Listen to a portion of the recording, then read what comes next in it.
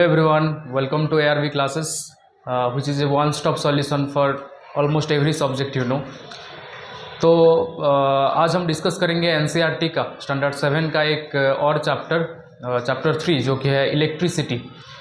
तो इलेक्ट्रिसिटी के बारे में अगर हम बात करेंगे तो इसका इतना ज़्यादा यूजेस है और अभी तो पूरा इंडिया को इलेक्ट्रिसिटी का मतलब कनेक्शन दिया गया है। तो आप लोग को पता ही होगा इसका कितना ज़्यादा इम्पोर्टेंस है हमारे लाइफ में। हम अगर बात करें एंटरटेनमेंट से, कुकिंग से, डेली हाउस होल्ड जो चोर्स होता है उसमें हो गया, ठीक है, ये सारी चीज़ों में इलेक्ट्रिसिटी हमें यूज़ करता है। अगर आप लोग एनसीईआरटी चेक करेंगे उसमें इतना सारा यूजेस दे रखा है तो उसमें जाने की ज़रूरत ही नहीं है, क्योंकि हम अगर हमारे डेली लाइफ की चीज़ों को देखेंगे तो उसमें इलेक्ट्रिसिटी ही यूज़ होता है। तो ये जो इलेक्ट्रिसिटी है इसका सोर्सेस क्या क्या है, कहाँ कहाँ से हम लोग इलेक्ट्रिसिटी प्रोड्यूस कर पाते हैं। तो पहले अगर हम लोग देखेंगे तो विंड एनर्जी से, जो टर्बाइन वगैरह घुमाकर जहाँ से हमको मिल सकता है, विंड एनर्जी में हो गया। फिर उसके बाद हमको जो फॉलिंग वाटर से भी हमको इलेक्ट्रिसिटी मिलता है। और आजकल बहुत ज़्यादा पॉपुलर है, घर घर में जो है वो है सोलर एनर्जी। सोलर एनर्जी से मतलब सन की जो लाइट है उसको ट्रैप करके वहाँ से इलेक्ट्रिसिटी प्रोड्यूस किया जा रहा है। तो हम अगर देखेंगे तो एडवांसमेंट की तरफ इलेक्ट्रिसिटी का प्रोडक्शन जो है वो मूव कर रहा है। तो ये बहुत ज़्यादा इम्पोर्टेंट हो जा रहा है।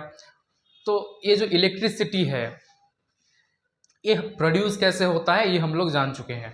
तो हम अगर एक टॉर्च लाइट देखेंगे, एक बल्ब देखेंगे, वो जलता कैसे है, क्यों जलता है, अगर किसी को पता है तो वो कमेंट सेक्शन में बताना, लेकिन इसके बारे में हम लोग अभी बात करेंगे।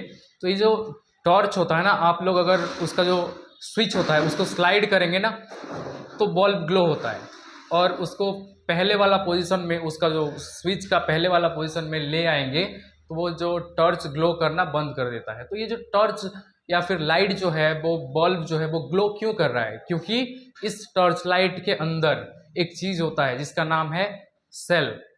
तो अगर एक सेल को हम लोग देखेंगे, ये यहाँ पर जो पिक्चर मैंने दे रखा है, ये जो सेल का अगर हम लोग अच्छे से देखेंगे तो दो टर्मिनल्स होते हैं, एक होता है पॉजिटिव टर्मिनल, दूसरा होता है नेगेटिव टर्मिनल। तो ये जो पॉजिटिव टर्मिनल होता है तो ये जो है इस इलेक्ट्रिक कैप में कनेक्टेड होता है, और जो इसका जो नेगेटिव टर्मिनल है वो डिस्क जो है वो नेगेटिव टर्मिनल की तरह काम करता है, ठीक है।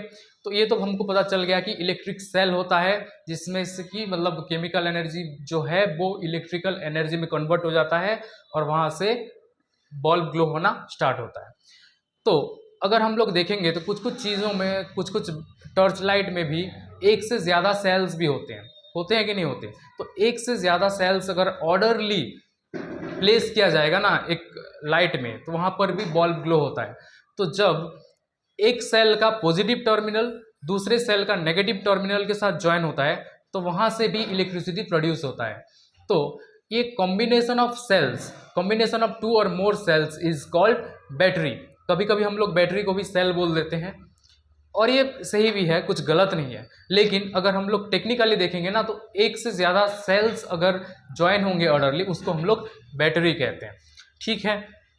तो ये हो गया बैटरी की बात। अगर हम लोग बात करेंगे लैंप, जो आप घर में जलाते हैं वो सारे लैंप भी हम लोग जो एनसीईआरटी की बात करें तो यहाँ पर दो टाइप्स के लैंप के बारे में डिटेल में दे रखा है। एक है इनकैंडेसेंट लैंप और दूसरा है एलईडी लैंप।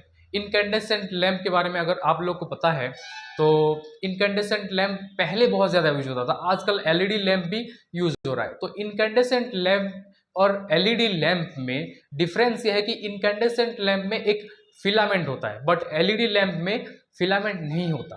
तो इनकैंडेसेंट लैंप था, इसका जो फिलामेंट है दो थिक वायर के साथ कनेक्टेड होता है। एक वायर कनेक्टेड होता है इलेक्ट्रिक केस के साथ और दूसरा जो है वो कनेक्टेड होता है इलेक्ट्रिक टिप के साथ, जो कि आप अगर बेस में देखेंगे ना मिडिल में रहता है इलेक्ट्रिक टिप, उसके साथ दूसरा वायर कनेक्टेड होता है।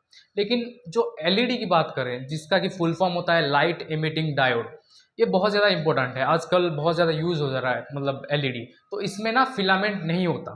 तो ये जो इनकैंडेसेंट लैंप था उसका जो फिलामेंट का काम क्या था, अगर फिलामेंट हीट होगा तभी वहाँ से इलेक्ट्रिक बल्ब जलता है।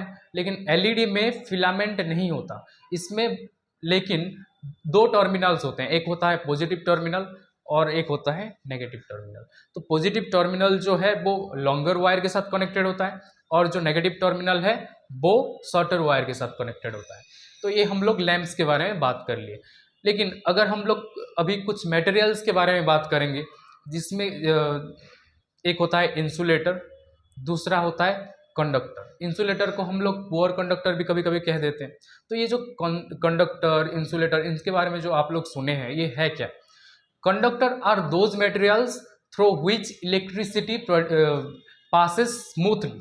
ठीक है, जैसे कि हमारा मेटल्स हो गया, कोई भी मेटल्स ले लो आप, ठीक है, कॉपर वायर हो गया, एल्यूमिनियम वायर हो गया, ये सब क्या है? गुड कंडक्टर ऑफ इलेक्ट्रिसिटी है, क्योंकि इसके थ्रू इलेक्ट्रिसिटी पास कर सकता है। बट कुछ होते हैं पुअर कंडक्टर, जैसे कि वुड हो गया, प्लास्टिक हो गया, ये सब ना इसको हम लोग इंसुलेटर कहते हैं, क्योंकि इनके थ्रू इलेक्ट्रिसिटी पास नहीं कर सकता।